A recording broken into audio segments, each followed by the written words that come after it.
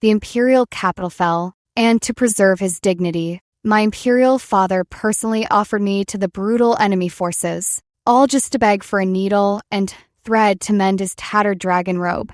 I clutched his sleeve tightly, weeping and begging him not to abandon me. He pried my fingers open one by one, frowning as he scolded, "Princess Leona, one must maintain dignity. It's better to die than to beg for mercy."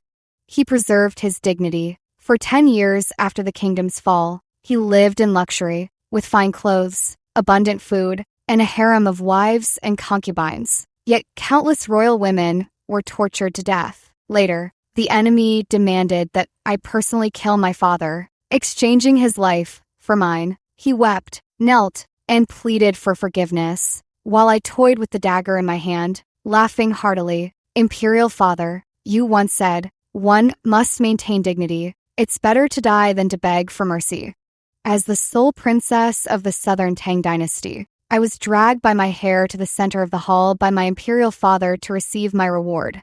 By then, the palace had been entirely occupied by the Northern D barbarians. The royal women of the Southern Tang Dynasty were like prey, awaiting their fate of humiliation and slaughter. As I stumbled and fell to the ground, the Northern D barbarians in the hall laughed until they couldn't straighten their backs. Who could have imagined the Southern Tang Dynasty's ruler, reduced to a stray dog, had offered his mere 9-year-old daughter just to beg for needle and thread to mend his tattered dragon robe? But when they got a clear look at my face, their laughter abruptly ceased. The Northern D king, seated high on the dragon throne, turned livid with rage and directly kicked my imperial father to the ground as he stepped forward to claim credit. All because the Southern Tang princess they had hoped for was an extremely ugly girl. Perhaps even imperial father himself had forgotten. The daughter he was so eager to offer had her face slashed by his beloved noble consort just half a month ago for breaking a jade hairpin. Is this the sincerity of you Southern Tang people? My trembling imperial father had already prostrated himself on the ground like a dog, continuously kowtowing and begging for mercy. Mid-kowtow, he suddenly thought of something and dragged the exquisitely beautiful noble consort beside him forward. The noble consort has many tricks, guaranteed to satisfy the great king, guaranteed to satisfy. Not enough. If it's not enough, I have more. I know where all those women are hiding. I'll offer them all to the great king. Amid the crude laughter of the Northern D barbarians, more and more female relatives of the Southern Tang Dynasty were brought forward. Consort Xian, who taught me sword dancing, Consort Shu, who studied with me, and the imperial sister-in-law, who had just married into the royal family half a year ago. The desolate sunset cast its glow over the blood-soaked capital. The Northern D barbarians swarmed in, and the agonizing, piercing cries of women filled the entire Golden Throne Hall. My imperial father, who had gotten his wish for needle and thread, sat just outside the door, contentedly mending his tattered dragon robe. After what felt like an eternity, the door finally opened. The first to emerge was Consort Shu, who had accompanied my imperial father for 10 years. She was the gentlest and most dignified woman in the harem, as pure as white plum blossoms blooming in winter. But now, her clothes were torn, and her hair was completely disheveled. Amid the corpses strewn across the Golden Throne Hall, she stared directly at the emperor who was intently mending his dragon robe. In the end, all he could do was tremble as he wiped away my tears, holding my 9-year-old self tightly in his arms. "Good child, this is the 15th year of the Sheaning Era. You must always remember, this is the 15th year of the Sheaning Era. In the 15th year of the Sheaning Era, I was only 9 years old, but for a child who had witnessed the fall of a nation and the destruction of a home, there was no room for innocence left. That year, the Northern D barbarians' cavalry swept southward, swiftly breaching the capital city of Ling. My imperial father valued dignity above all, declaring that a monarch should die for his kingdom and that the people of the Southern Tang Dynasty would rather perish than surrender. For this vow, the soldiers and citizens of Ling took up swords and hoes, resisting with their very flesh and blood. Even 7-year Old children climbed the city walls to hurl stones and set fires. Yet 3 days later, my father, who had vowed to sacrifice his life for the nation, personally opened the city gates and knelt in surrender, all because the Northern D promised him a life free from want. The dignity of a fallen king was preserved, but the nightmare for the women of the Southern Tang royal family was far from over.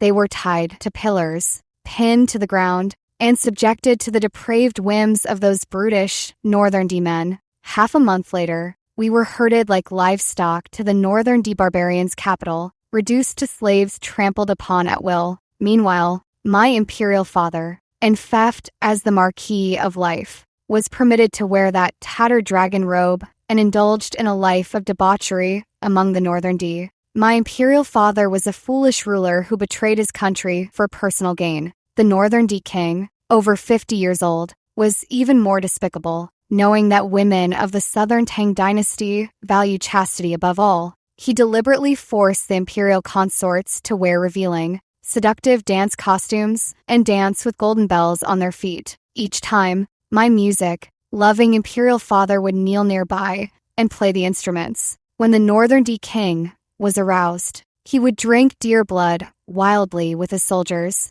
tear off the consort's silk skirts, and engage in intimate acts right on the spot. My imperial father, clad in his old dragon robe, would personally fetch water to clean them up, all while applauding and flattering how mighty the great king is, how valiant the Northern D warriors are. For those bearing the shame of a fallen nation, living is nothing but endless torment. At 9 years old, I was often locked in a cage by the cruel Northern D barbarians because of my ugly appearance, forced to eat pig slop for their amusement. I attempted suicide, but was pulled out of the pond. Waking from a daze, Consort Shu, who had always doted on me, slapped me hard across the face. Leona Lee, with the nation's hatred unavenged. What right do you have to die? We've spared no effort to protect you. What right do you have to die? After that, I learned to behave. I endured the Northern D's malicious teasing and intimidation without crying or making a fuss. Over time, they grew bored and sent me to do hard labor. Other slaves sometimes wondered why I had changed so drastically.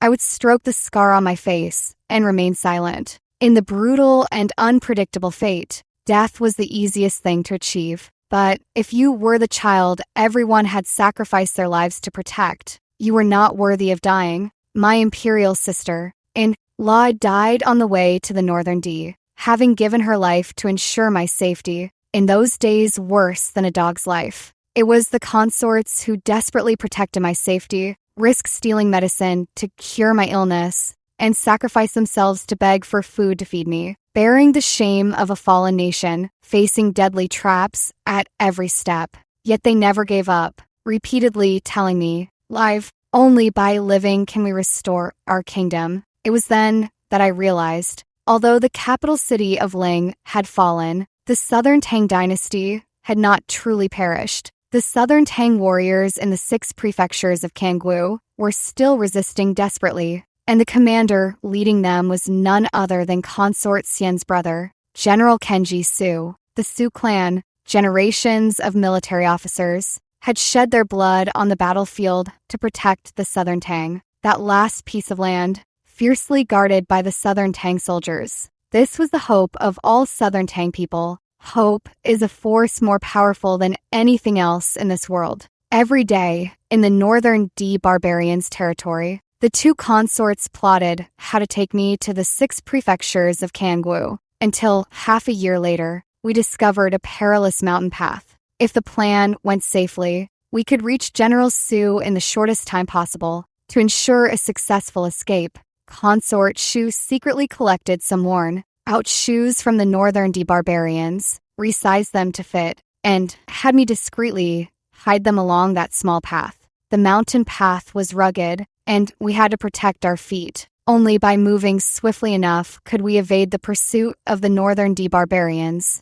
But just the day before our planned escape, that hidden mountain path was suddenly heavily guarded. It turned out that a few Northern D slaves had accidentally discovered the path and were caught by the guards while trying to flee. The mountain path was destroyed, and The foothills were under strict inspection. To leave the northern D capital, we had no choice but to risk disguising ourselves to exit the city. However, leaving the city required obtaining a special travel permit from the northern D barbarians. At a loss for solutions, Consort Sien, who came from a military family, stood up and declared, "I'll find a way to handle the travel permit." From that day on, I never saw Consort Sien again. Later, Consort Shu told me a northern D general had taken a liking to Consort Sien and brought her to his residence to be his concubine. For the southern Tang people reduced to slavery, having a powerful protector was the best possible outcome. Yet I couldn't find peace in this.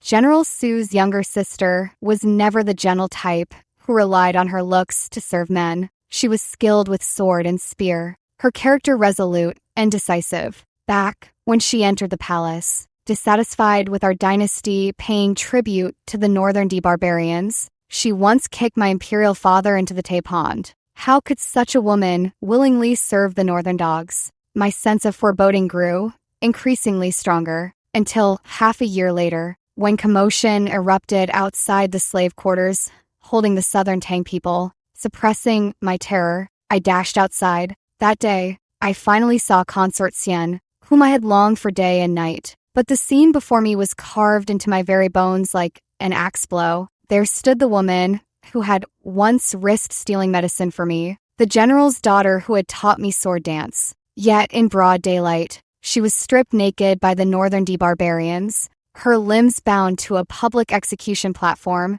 painfully enduring the violation of one barbarian after another until death. Standing in the crowd, I had my mouth tightly covered by Consort Shu, unable to utter a single sound. I could only watch the woman on the platform, her lips moving silently. "Leona, survive. Survive by any means necessary." My imperial father was the fifth to rush forward. Clad in his faded dragon robe, he first choked Consort Sien's neck while cursing her viciously. "How could I, Lioli, have married a whore like you? Why couldn't you just serve the northern D general properly? You had to kill. You had to kill." As he raged, he suddenly drew a soldier's sword and plunged it deep into Consort Sien's body. "D, just die. You've offended the northern D. All of you deserve to die. Death is good. Death is good. With you dead, you won't drag me down anymore." He slashed wildly, like a rabid dog,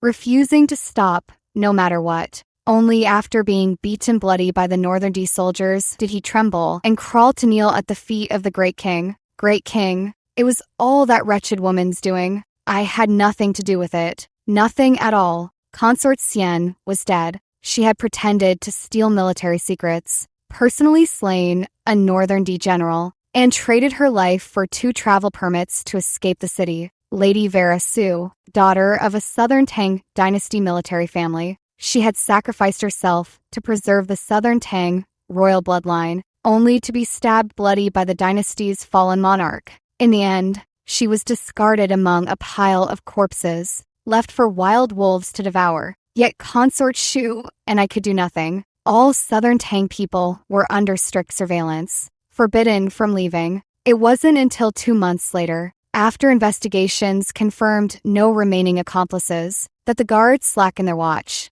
Only then could Consort Shu and I disguise ourselves as slaves of a northern D general and slip out of the city. By this day, a full 2 years had passed since we first arrived in the northern D lands. The northern D capital was adorned with lanterns and banners, bustling with activity as everyone was busily engaged. Several northern D maids carrying fruit trays passed by, discussing the upcoming banquet. As I brushed past them, a sudden unease gripped my heart. 6 months ago, the northern D king had decreed that no banquets would be held until the unification of the Central Plains. What could this mean now? In a flash, a chilling thought struck my mind, seeing me rush up to inquire. The passing northern D maids were momentarily taken aback, but their next words plunged me into an icy abyss. "Young lady, don't you know, the 6 prefectures of Kangwu have been massacred, and the defending General Kenji Su has long been dead. General Kenji Su is dead. The 6 prefectures of Kangwu have been slaughtered." With a thunderous crash, something inside me rapidly crumbled into dust. We had spent 2 full years preparing for our journey to the 6 prefectures of Kangwu, yet the very goal that sustained us until now has vanished into thin air with this devastating news. What will become of the Southern Tang people, trapped in dire straits? Do the former officials of the Southern Tang, suffering under the Northern D's cruelty, still hold any hope for restoring our nation? I dare not even think about it. The thick autumn night fog shrouded the uncertain path ahead. All the Southern Tang royals were herded onto the high palace towers to witness the Northern D's court celebration of unifying the Central Plains. That year, the Northern D established their state in the city of Qi. The Southern Tang imperial palace in the capital city of Ling was burned to the ground by them. All Southern Tang royals and commoners were given a unified designation, Southern slaves. Amidst the sky, full of fireworks, I saw my imperial father again. The beauty nestled in his embrace had a prominently swollen belly. Brilliant sparks illuminated half the sky, bearing the shame of a fallen kingdom. My imperial father waved his sleeves, nearly shouting at the top of his lungs, "Long live the Northern D King! Long live the Northern D King!" But he didn't get to shout it a third time. The moment the fireworks vanished, a sharp arrow pierced through the air, so regrettably close. Had it been just half an inch more accurate, it would have surely taken his wretched life. In an instant, assassins surged from all directions, clashing fiercely with the Northern D guards. These ambushers lacked professional training and were not strong in combat. Yet they fought without fear, wielding crude blades, each kill counting as a life gained. Soon, most of them lay dead under the Northern D guard swords. Only their leader remained, battling desperately. He was tall and unarmored. In the face of certain defeat, he charged swiftly toward the Northern D King with a blood-stained blade. The tip of the sword grazed the Northern D King's neck. Blood sprayed out, flowing profusely. But what fell to the ground was not the Northern D King's head, but the entire arm of the Southern Tang warrior who wielded the blade. At the victory celebration feast, he was executed by being sliced to death, piece by piece, sliced until blood pooled on the ground, sliced until white bones were starkly exposed. He had a chance to live, if only he had begged for mercy. From beginning to end, he only shouted one phrase: "As long as Southern Tang people exist, the nation will not perish. Southern Tang people live on. The nation endures." I stood there dumbfounded, letting these words thunder in my ears. All the former officials and families of Southern Tang, with tears in their eyes, fell into a collective silence. I couldn't see my imperial father's face, only his slightly trembling back. And in that moment, I clenched my fists and swore, I will not flee anymore. The 12-year-old Princess Leona Li would survive among the Northern D barbarians. But if I could live, it would never be just for survival alone. In the 3rd year after the fall of our kingdom, I stayed by the side of the Northern D King's favored consort. To seize the chance to assassinate the Northern D King, I became an obedient dog, learning to bark like a dog, to fetch bones like a dog, to bow like a dog. Every time this happened, it never failed to amuse the elderly Northern D King, who would burst into laughter while embracing his exquisitely adorned favorite consort. I, on the other hand, knelt respectfully on the ground, quietly watching the swaying bone hairpin in the consort's hair. That bone hairpin was crafted from the spine of Consort Shu. In the 2nd year of the Northern D's founding, the Commissioner of Military Affairs, who advocated for the massacre of the 6 prefectures of Kangwu, was found dead in his own residence. His entire heart had been torn out, and blood soaked the ground. No one knew how that woman, as pure as white plum blossoms with gentle eyes and brows, had managed to do it. That same year, countless enslaved Southern Tang people began to rise in rebellion. Amidst the brutal suppression and slaughter, the 6 prefectures of Kangwu, once drenched in rivers of blood, saw the war banners of the Southern Tang rise once more. My consort Shu, Lady Linnea Lin, daughter of scholar Lin Yanian of the Southern Tang's Guanwen Hall. As a woman, she brought a glimmer of light to the Southern Tang. Yet that unyielding spine was crafted into an exquisite bone hairpin, used by the Northern D King to please his most beloved woman. And that woman was none other than the noble consort who had been personally cast out by my imperial father when the capital city of Ling fell. The Northern D King adored her. Treasures from all corners of the earth. If she desired them, he would find ways to procure them for her, let alone a fallen princess to be used for venting anger and amusement. Thus, I remained by her side for 2 full years. 2 years may be short, yet they can change many things. For instance, the 6 prefectures of Kangwu regained independence, standing firm against the Northern D's relentless oppression, with rebel forces from all regions flocking to join them, and the treacherous and brutal Northern D King, boasting of his great achievements, gradually saw his body weakened by arrogance and indulgence in wine and women. For 2 whole years, I constantly sought an opportunity to kill this wolf king of the grasslands, until the 5th year after the kingdom's fall, when I,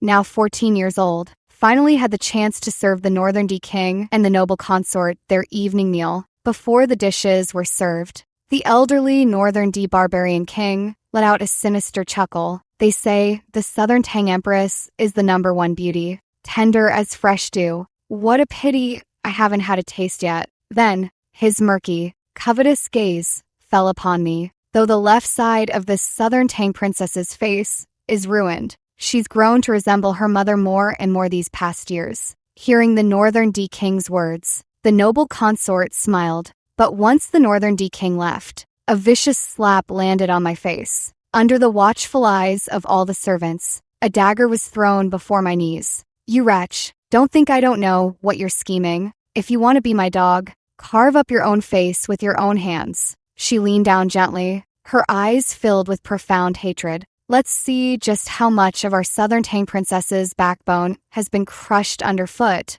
The distance between us was so close. Close enough for me to see the patterns on the bone hairpin in her hair. Close enough that I was confident I could strike and take her life with that dagger. But I did not. The Northern D barbarian king didn't die. And my treacherous imperial father, who sold out our country for personal gain, didn't die either. At 14 years old, Princess Leona Lee could only become an obedient dog once again. The moment the icy cold blade touched my cheek, the noble consort suddenly thought of something and began to giggle. She pinched my chin and raised her hand to point toward the Northern D soldiers training in the distant practice field. Princess Leona, I suddenly regret my decision. Since you're so fond of seducing men, you should go where you truly belong. The place the noble consort referred to was the Northern D military brothel camp. There, hundreds of women from the Southern Tang Dynasty were imprisoned. They were once the cherished pearls in their parents' palms. Yet here, they suffered daily humiliation and torment at the hands of the Northern D beasts. But as we passed the training ground, the noble consort changed her mind, because her rival King Toba Chun had returned from the capital city of Ling. As the first prince of the Northern D barbarians, Toba Chun was the most capable candidate to inherit the throne, yet he was also the son least favored by the Northern D King. Over the years, his repeated warnings about the treacherous consort leading the kingdom astray made the king wary of his power. He had no choice but to personally seek some treasure map in the capital city of Ling to mend their strained father-son relationship. On the day I was given to Toba Chun, he was dressed in black, his hair braided into a high bundle, commanding his soldiers in archery practice. His amber eyes barely glanced at me, yet they casually pronounced my death sentence.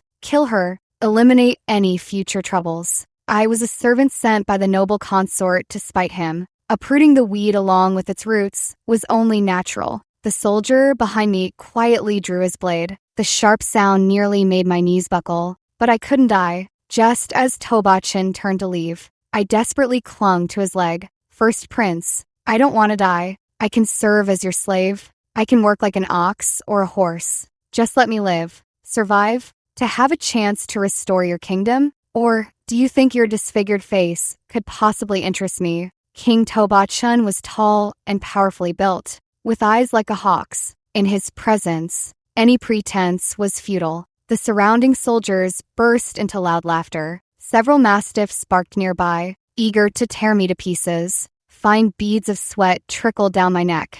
My voice came in broken gasps, pleading with the last of my strength. I know what the first prince is searching for. I can help you. Over the years, a legend has circulated in the capital of the Northern D barbarians. It's said that when the Southern Tang Dynasty was founded, they obtained the treasure of the Five Kingdoms. Its quantity was so vast it could resurrect a fallen dynasty. The Northern D needed immense wealth to strengthen their nation and secure the Central Plains. Unable to find it, they resorted to burning the Southern Tang Palace. To mend his relationship with his father, King Toba Chun had led numerous expeditions to the capital city of Ling in search of the treasure. All in vain. After a prolonged standoff, he finally cast a cold glance my way. Lock her up for now. In an instant, I collapsed to the ground, as if all strength had been drained from me. I survived. I had survived as I wished. But after the tension in my nerves eased,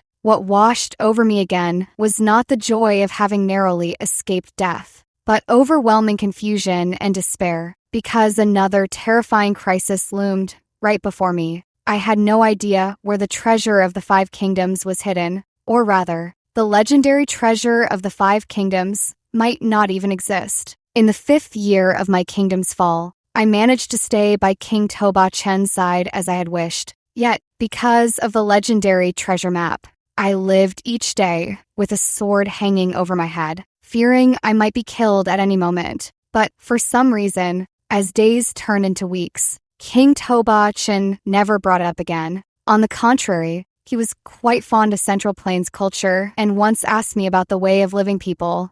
It wasn't until I frowned and corrected him that it was the way of the sages that his stern face showed a hint of embarrassment for the first time. From then on, I was allowed to stay in his tent, reading and teaching him. Having suffered the humiliation of my kingdom's fall at age 9, I hadn't had the chance to study many books. Most of the book knowledge and allusions I could explain came from the teachings of Consort Shu and Consort Xian. Once, when recounting the story of Wu Zishu's revenge, King Toba Chen, lying on his couch, remained silent for a long time, just as I thought he had fallen asleep. His next words sent shivers throughout my entire body. I know there is no such thing as the treasure of the Five Kingdoms map. Then why keep me here? I forced myself to stay calm, struggling to steady my thoughts, because we are very much alike. Both of us were abandoned by our kin, humiliated by our rivals, had our dignity trampled, and our spirits broken. Despite all the injustices we faced, we still fight desperately to live. King Toba Chun was the eldest son of the Northern D King, but because his mother was a lowly slave, he was never favored from birth. After his mother's death, he endured countless humiliations alone, striving only to achieve great military feats and win his father's approval. Unexpectedly, a seductive consort from the Southern Tang Dynasty appeared, and his relationship with the Northern D King grew increasingly strained. We share similar experiences and have the same enemies. He turned over and sat up, his rough palm stroking the hideous scar on my left cheek. Leona, we are the same. We are the same. My chest heaved violently, an unparalleled sorrow and despair spreading from my heart. This Northern D barbarian who led troops south and destroyed my Southern Tang dynasty. This demon who coldly watched Northern D soldiers slaughter my Southern Tang people. This executioner who sliced Southern Tang warriors alive piece by piece during the palace banquet on the city walls. Yet claims we are the same. How can humans and beasts be the same? But after a long while, I heard my own hoarse reply. The first prince is Leona's only support now. For the next 3 years, I tested his food for poison, blocked arrows for him, seized power for him. Like a loyal servant exhausting everything for a fallen master, I seemed to gradually open his long, guarded heart. As the Northern D military power gradually concentrated in King Toba Chen's hands, he became increasingly busy, and my opportunities to freely come and go from his tents and palaces grew increasingly frequent. It was also during these 3 years that the world situation underwent changes. The Northern D barbarians' delusion of unifying the entire land failed to materialize. Beyond the independent 6 prefectures of Kangwu, uprisings emerged everywhere. The Northern D barbarians were well trained, with strong soldiers and sturdy horses. The Southern Tang Dynasty lacked troops and horses, with outdated equipment, yet after numerous hard-fought battles, the Northern D gained no advantage. Thus, the 6 prefectures of Kangwu gained more time to recuperate and rebuild. But to completely conquer the Northern D capital, they needed a clearly marked deployment map.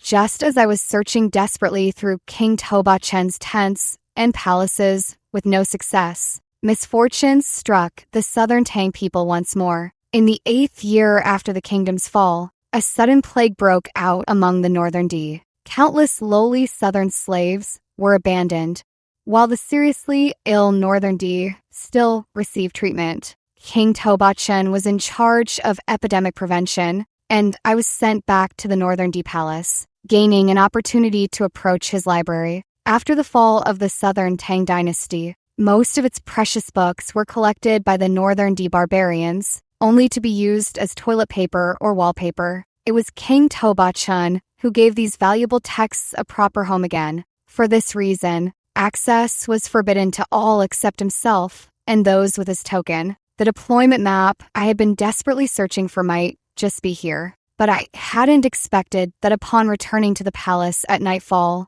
King Toba Chen, who had been absent for so long, had returned unnoticed. He fiddled with the candle flame on the desk with one hand, not even looking up. "What were you looking for in the library?" I stiffened slightly, answering earnestly. With the sudden outbreak of plague, I wanted to find some medical books for the first prince. His expression darkened, his gaze sharp as an arrow. "The plague is the concern of the physicians. Why should a lowly slave like you bother? Are you truly seeking medical texts? Or the Northern D capital's deployment map?" "No, Your Highness." Still making excuses, the man's tall shadow enveloped me completely, his face filled with rage as he reached out and tore off my belt, causing the cloth bag hidden in my robes to fall to the ground. The bag opened. It was unmistakably a drawing, but when he saw its contents, his entire body froze. The anger in his eyes suddenly extinguished, because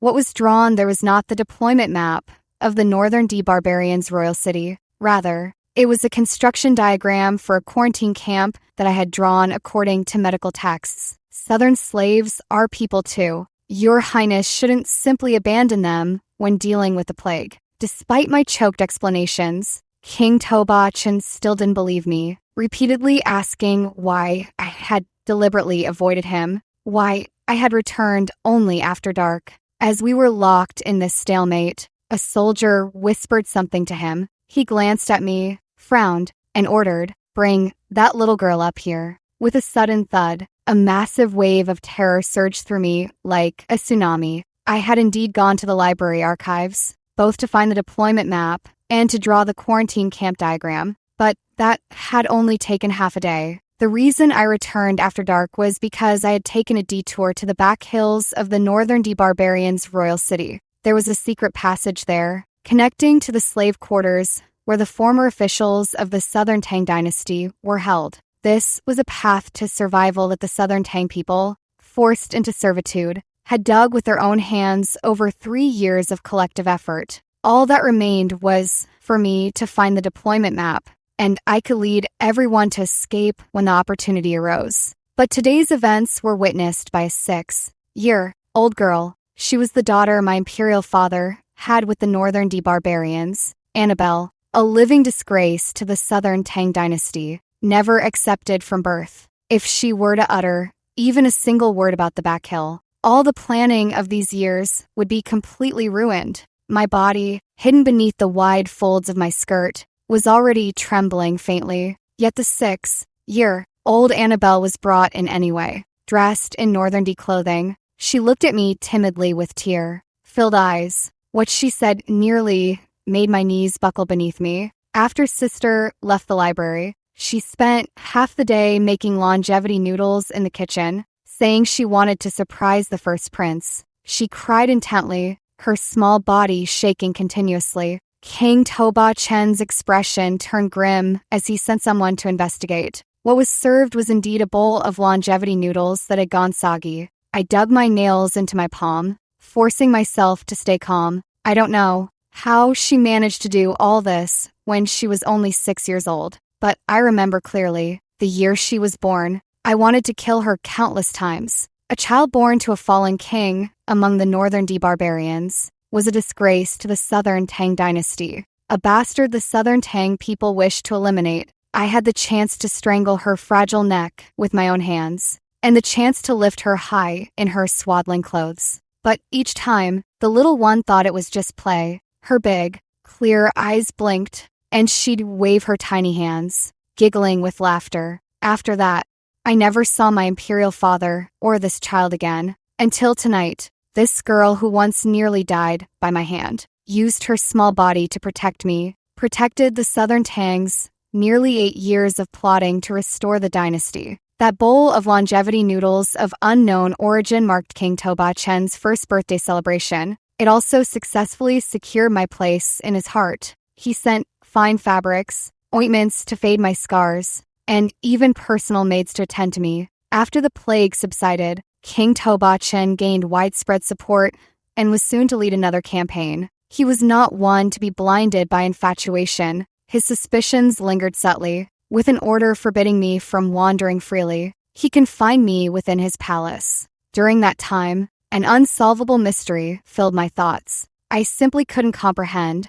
How could that 6-year-old girl have such flawless, meticulous planning? But I never saw Annabelle again. The heavily guarded palace barred anyone from entering or leaving. I repeatedly replayed the events of that day, so absorbed that I failed to notice. The maid left to serve me had been secretly replaced. Another day, in a half-awake state, I felt utterly dizzy and muddled. I wanted a drink of water, but found myself seemingly bound by something, unable to move my body, enduring intense discomfort. I slowly opened my eyes. Only then did I realize, at some unknown time, I had been moved to a vast palace, with my hands and feet shackled in iron chains. A chill spread through my heart. Amid my anxious cries, someone pushed the door open and entered. It was the corpulent king of the northern D barbarians. Hunched over, he approached me with a sinister grin, his murky eyes flickering with restless anticipation.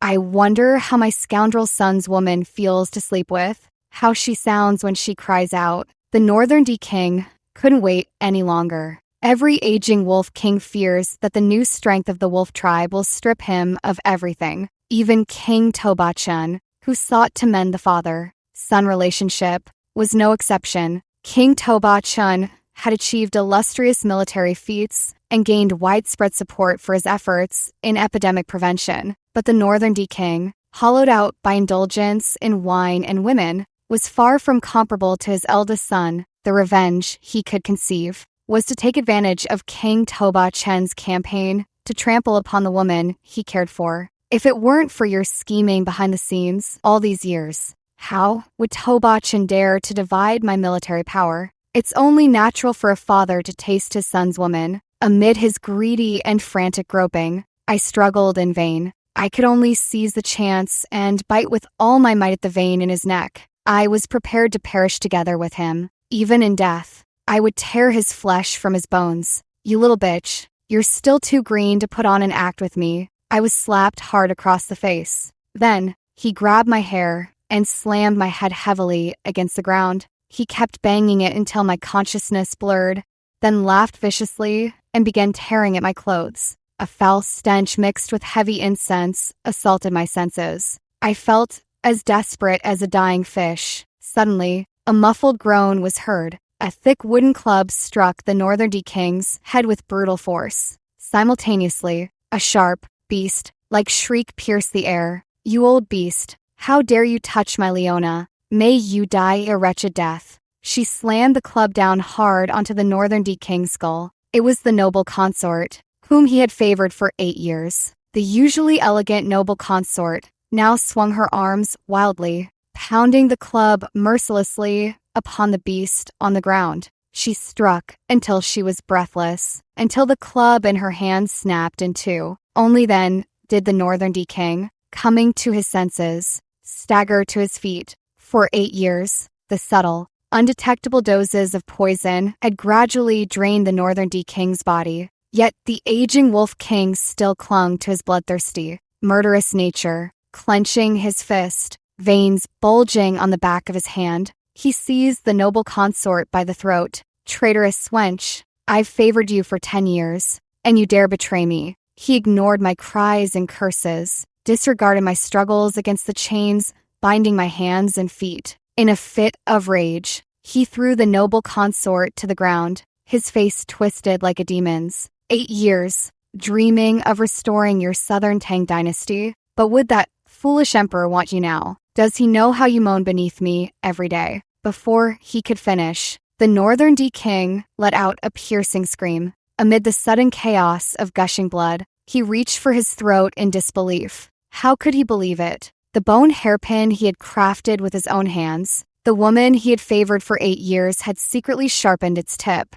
That sharp tip, she had driven it fiercely into the back of his neck, piercing straight through his throat. You old fool, useless in bed, and here you are barking like a dog before me. This woman, forever proud, forever imperious, now had her robes stained with dust and her hair in disarray. But she had no time to tidy herself, stumbling as she crawled over on her knees. Don't be afraid, Leona, don't be afraid. Your noble consort is here to save you. She laughed and cried simultaneously, trembling as she unlocked the chains from my feet. We've all been deceived. There was never any deployment map. Don't be afraid. Leona, I'll take you away. Your noble consort will take you away. She wiped her tears hastily, trying to embrace my disheveled self, but her movements abruptly halted. No, I screamed hysterically. King Toba-Chen, who had returned unnoticed, held a bow with an arrow that had pierced straight through noble consort's body. Don't go. Don't leave me. I pressed my hands against her gushing wound, weeping as if my heart would break. This is the noble consort who loved me more than her own life. She was the noble consort who would dress the young Princess Leona as a beautiful little princess. She was the noble consort who tearfully scarred my face when rebels stormed the city, using the pretense of keeping me as a plaything to protect me by her side. I sobbed and pleaded, my tears falling one by one onto her robe. But in the end, the woman who had promised to see me wed could only weakly lift her hand. At the very last, with all her remaining strength, she wiped the tears from my face. I'm sorry, my little Leona, your consort can no longer protect you. I don't know how that day came to an end. I only remember, in a frenzy, I once drew my sword and stabbed King Toba-Chun in the chest. Later, I was carried into the palace, drifting in and out of consciousness, haunted by many dreams. In my dreams, Consort Shu was teaching me poetry and literature, while Consort Xian instructed me in swordplay. I learned half-heartedly, and the proud, combative, noble consort would tuck me into her embrace and carry me back to the palace. She would bring out a chest full of jewelry and hairpins, adorning me until I was as splendid as a blooming flower. She said, when our Leona marries, I'll give all my treasures to her as a dowry. I stumbled toward her, but instead, I saw my imperial brother, who had died in battle at the capital city of Ling. I saw the imperial uncle who would rather die than kneel to the northern barbarians. Their spines were shattered, their heads severed, and their bodies chopped up and fed to dogs. Then, the imperial sister-in-law died, Consort Xian died, Consort Shu died, the noble consort also died. The dream drifted in and out, but I could hear King Toba-Chen's suppressed sobs beside me. He said, Princess Leona, your family is gone, and my father is gone too. That's fair. Is it fair? I don't know. I only know that after falling seriously ill several times in a row, he killed one Southern Tang Dynasty slave after another with his sword to force me to take my medicine. I woke again under the moonlight. A girl named Annabelle was kneeling by my bedside, clumsily placing a warm, damp towel on my forehead to reduce my fever. Did King Toba-Chen send you? In the deserted palace. She looked timid and nodded, seeing the hatred in my eyes. She tightly grasped my hand. Sister, you still have me, and the Southern Tang Dynasty. You still have the Southern Tang Dynasty. You still have the Southern Tang Dynasty. Seeing old scholar Lin imprisoned in the slave quarters.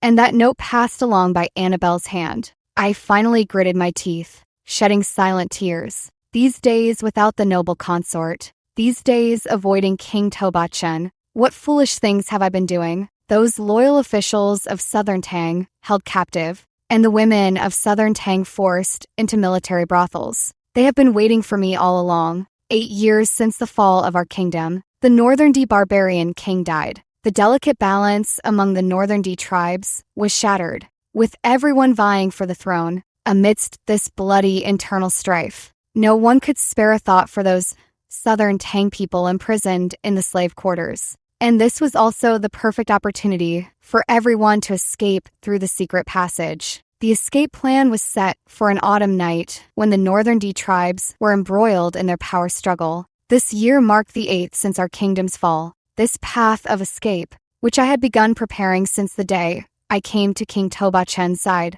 enough to make the people of the Southern Tang Dynasty stand tall once more. Everything was proceeding smoothly. 8 years had passed. Escaped captives were executed time and again. Who would have thought they'd still attempt to flee? The long, negligent guards were drugged unconscious, and the rusted prison doors were easily forced open. The surviving former officials of Southern Tang and their families, supporting one another, fled toward the secret passage in the hills behind the royal city. Once through the passage and downstream along the river, they would meet the Southern Tang soldiers sent to rescue them. At the mountain pass, I handed 6-year-old Annabelle to the elderly scholar Lin and knelt in reverence. Princess Leona expresses her deepest gratitude to you all. He was Lin Yanian, father of Consort Shu, and the one who had secretly been teaching Annabelle all these years. Behind him stood countless loyal subjects of Southern Tang.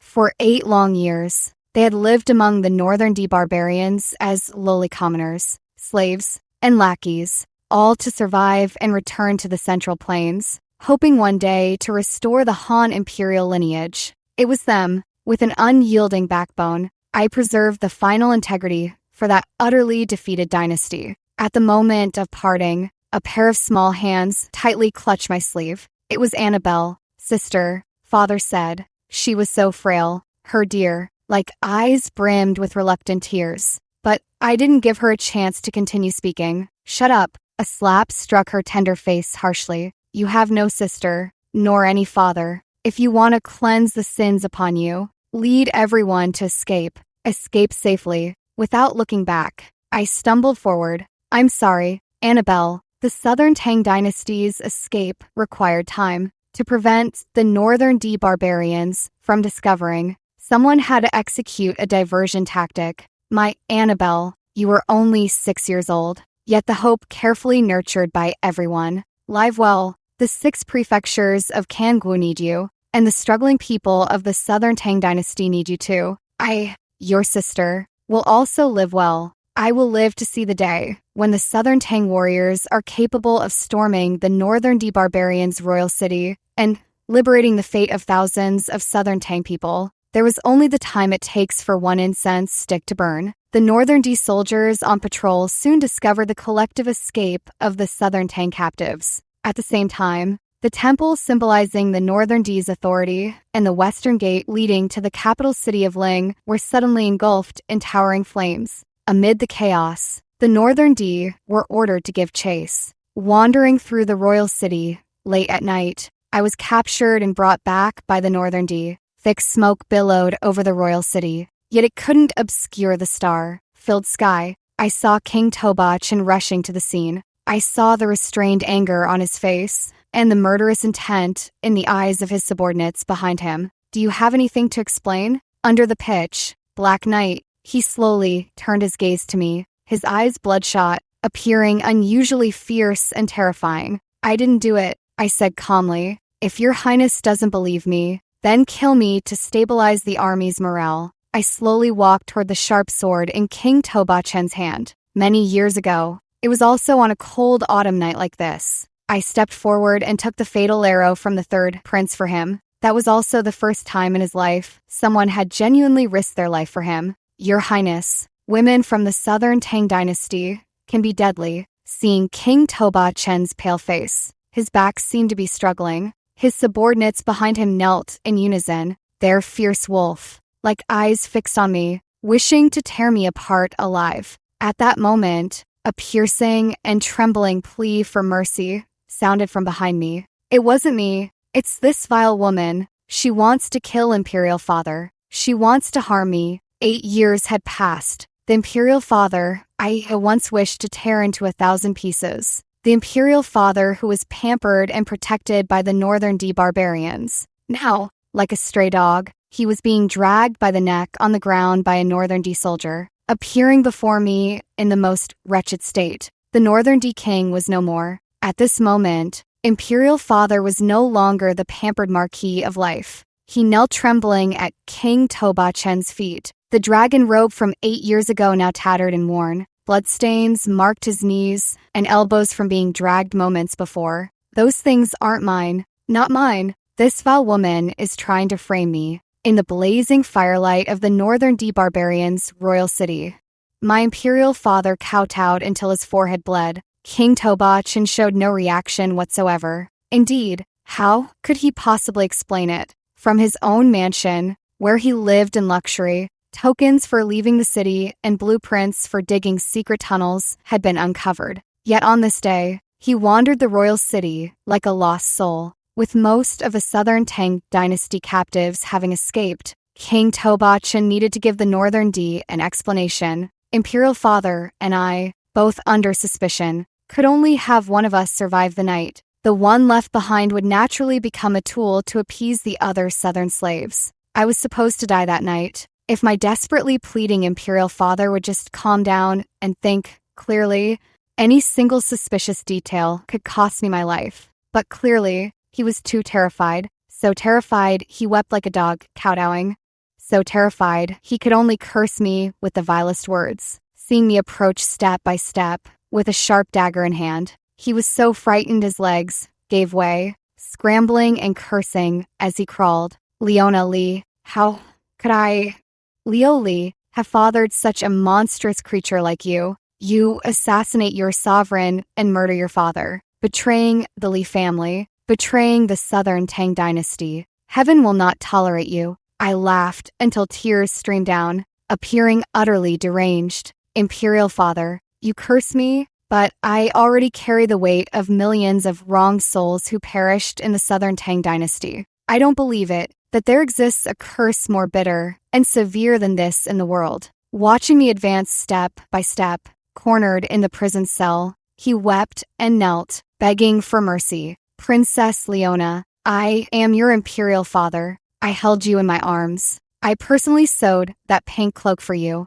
Do you remember that year when you were 5 and got scolded by Consort Xian for being disobedient? You hid her palace token in your cloak, hoping Imperial Father would never pay her any mind again. The dagger in my hand finally began to tremble. Imperial Father, I remember that cloak.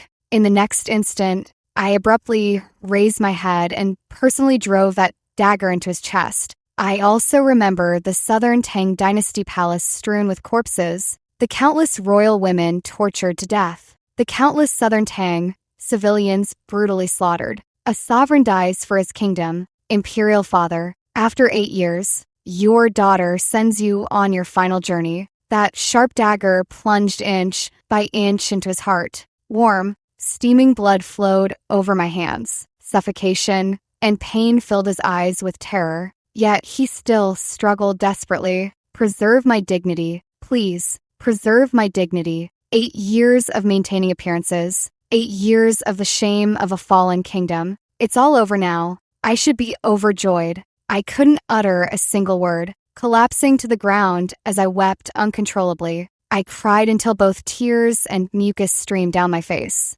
I cried until I was nearly suffocated, until my heart felt as though it would shatter. Amidst the desperate situation where my kneeling subordinates begged for my execution, King Toba Chen, his eyes tinged with red, gently held me in his arms, like a lion confronting a pack of hyenas. Leona, you still have me. For 8 years since the fall of our kingdom, every family member I once had was mercilessly slaughtered by them. Yet he said, Leona, You still have me. 8 years after the kingdom's fall, I was 17. I had killed my own father to save my life, and truly became King Toba Chen's woman. I don't know how to describe that pain. It tore me apart as if split in two, wrenching my heart out until it bled. It hurt so much that I couldn't help but recall the empresses who had cherished me. What they endured must have been 1,000 times worse than my suffering. Be my queen, Leona, be my queen, will you?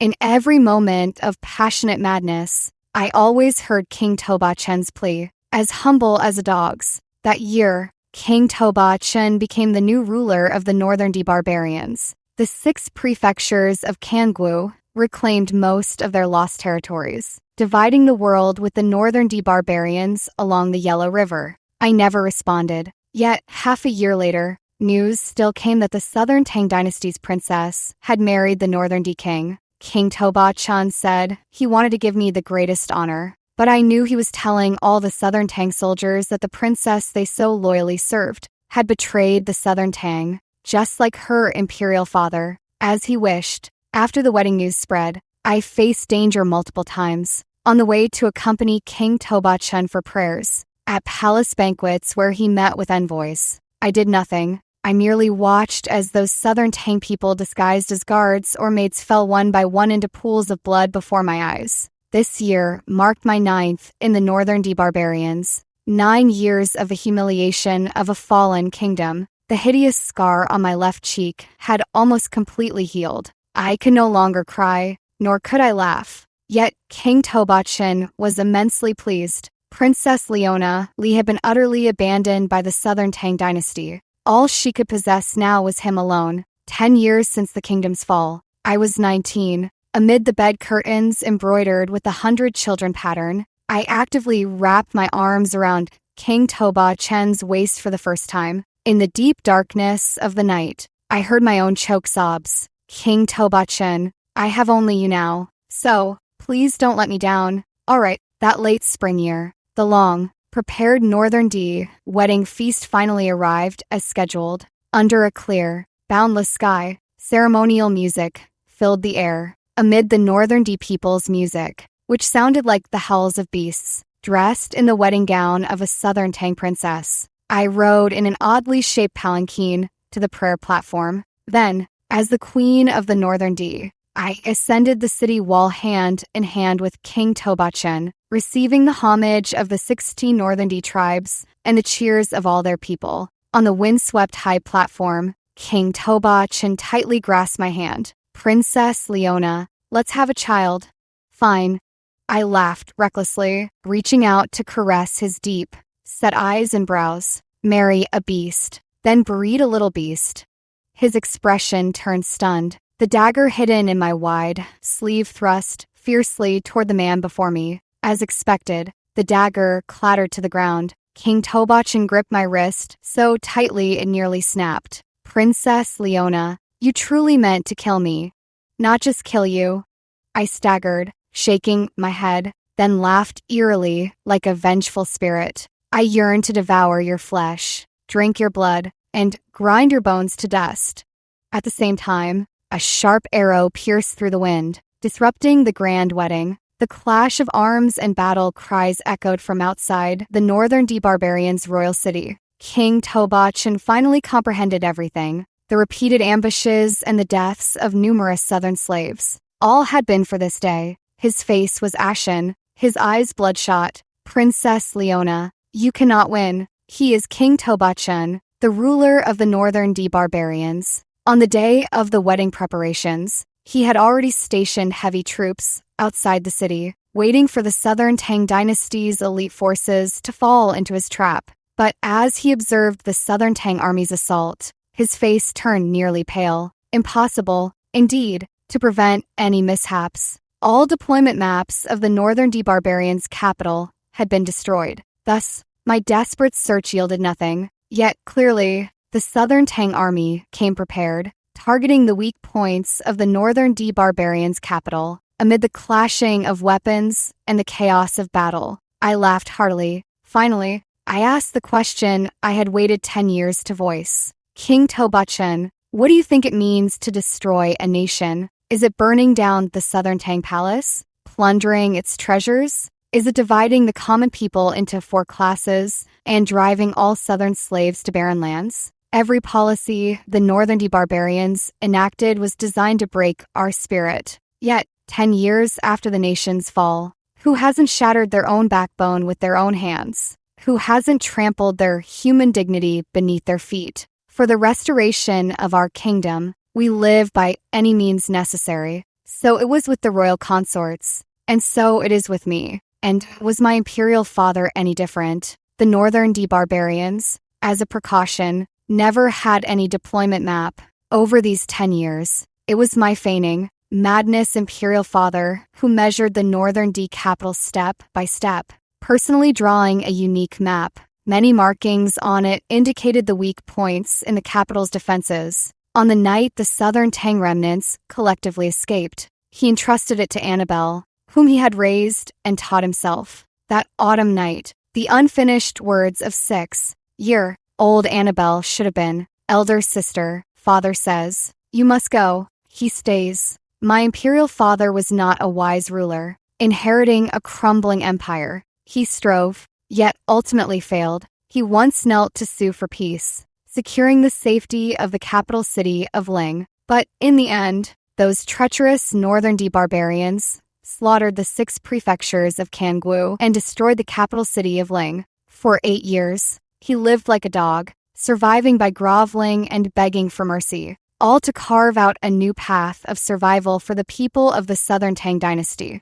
King Toba Chen, those Southern Tang soldiers fighting desperately outside the city walls. You know them, on the high platform where the wind howled fiercely. King Toba Chen's expression gradually darkened. He recognized them, those people. There were the lowly slaves who built the Northern King city, the laborers who toiled in the mines. It's not that we don't know how to rebel. Year after year of endurance, only to break and reset our bones, tempering our blood for rebirth, only to bide our time, waiting for the moment to avenge our fallen nation from horseback today. Southern Tang people live on. The nation endures. King Toba Chen, do you still remember these words? I looked at him, my trembling voice filled with hatred. Yet an unprecedented sense of exhilaration surged within me. I've waited far too long for this day. You must be wondering. After the fall of the Southern Tang Dynasty 8 years ago, it took time to grow strong enough to divide the realm along the Yellow River.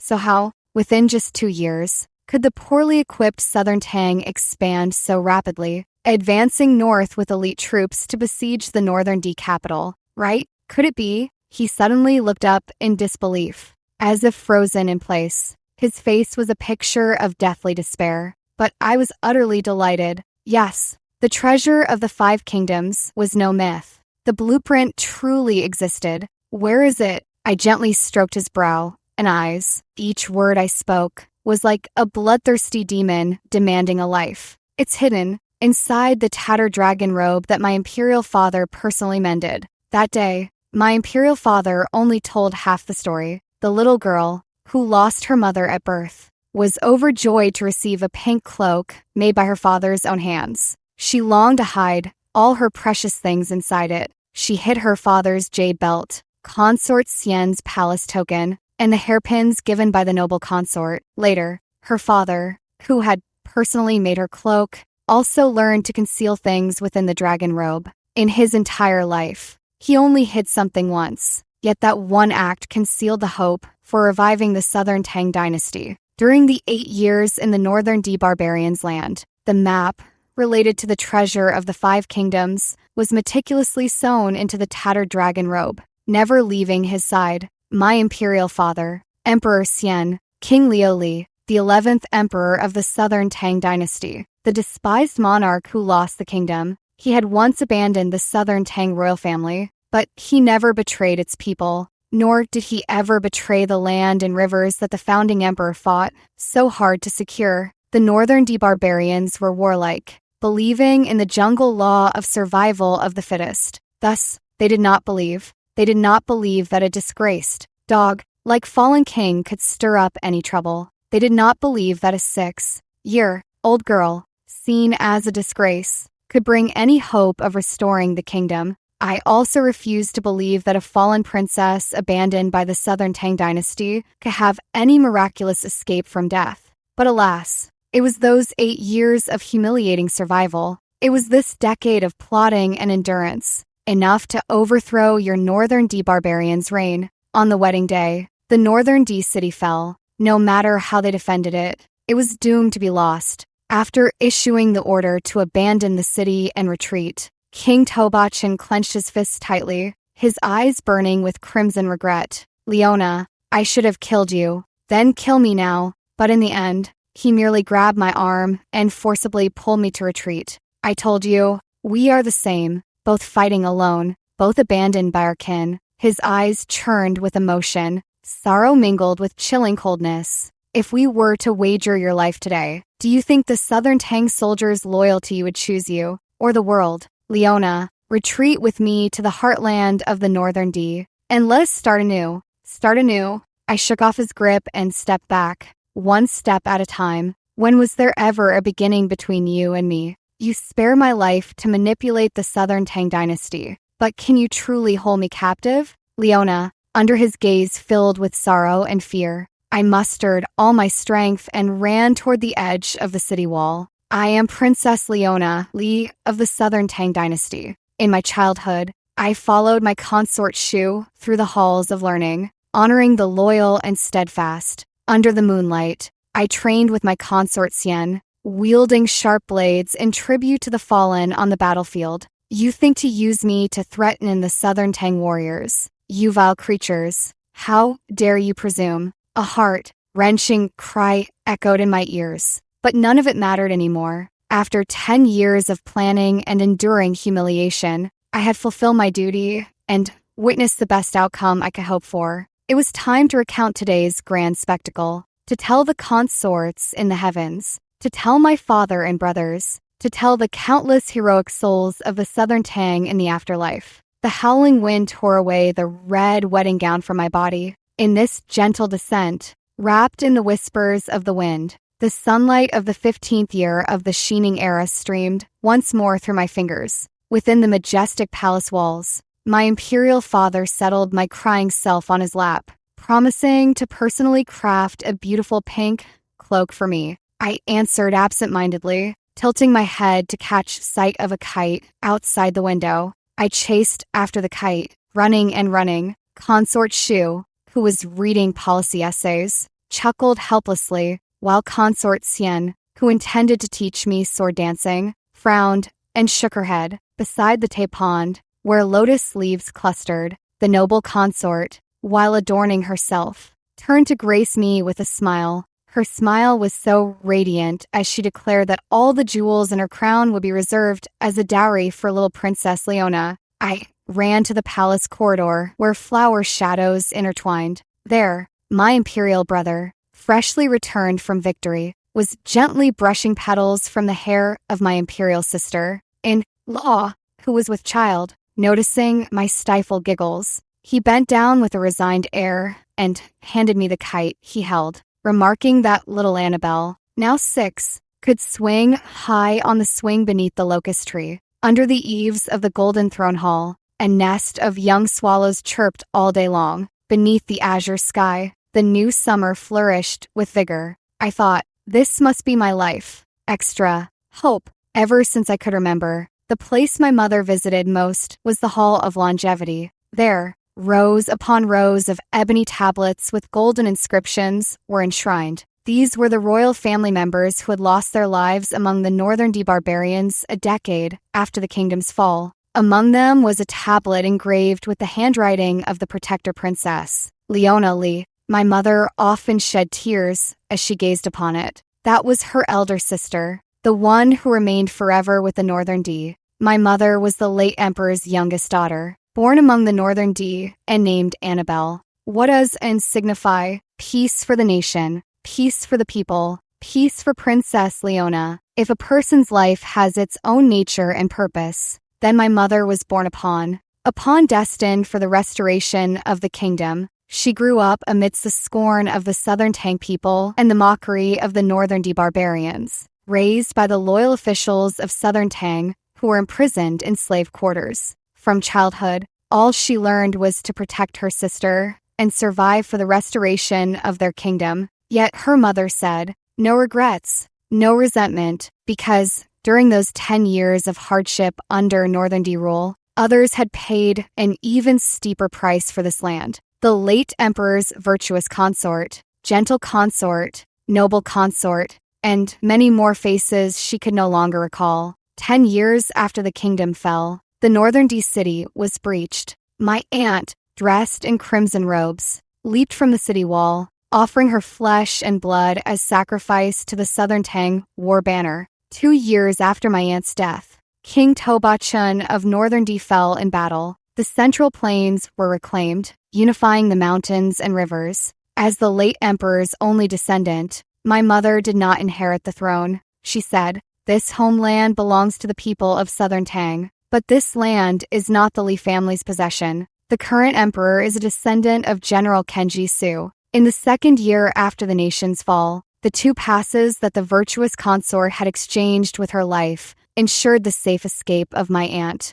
Princess Leona. Yet those 2 paths to survival were personally handed over by my aunt to the descendants of the Su clan, who is now His Majesty. It was he who returned to King Wu against all odds. It was he who raised the banner of rebellion again in the 6 prefectures of Kangwu. And it was he who washed away the decade of shame from the fallen nation, piece by piece restoring the backbone and dignity of the Southern Tang people. As an emperor, His Majesty is far more suited than I am. Mother always said so, but everyone knew she was a woman more outstanding than anyone else. At 6, she remained fearless in the face of danger, protecting her elder sister amidst the perils of the Northern D barbarians. That same autumn night, carrying the treasure map and deployment map, she fled with the old ministers of Southern Tang to Kangwu. Now, at just 25, she has become the first female prime minister of Southern Tang, reducing taxes,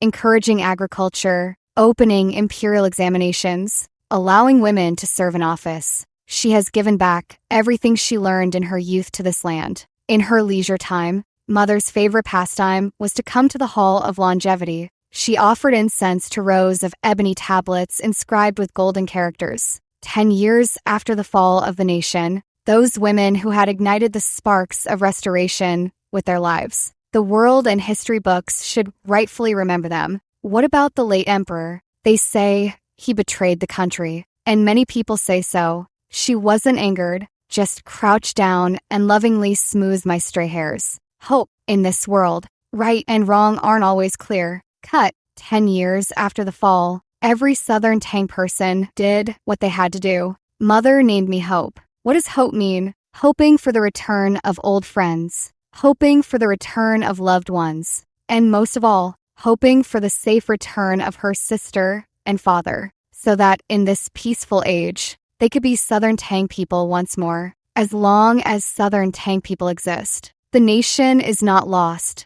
This was the teaching Mother received among the Northern D barbarians. I believe our generation will also remember this for a lifetime.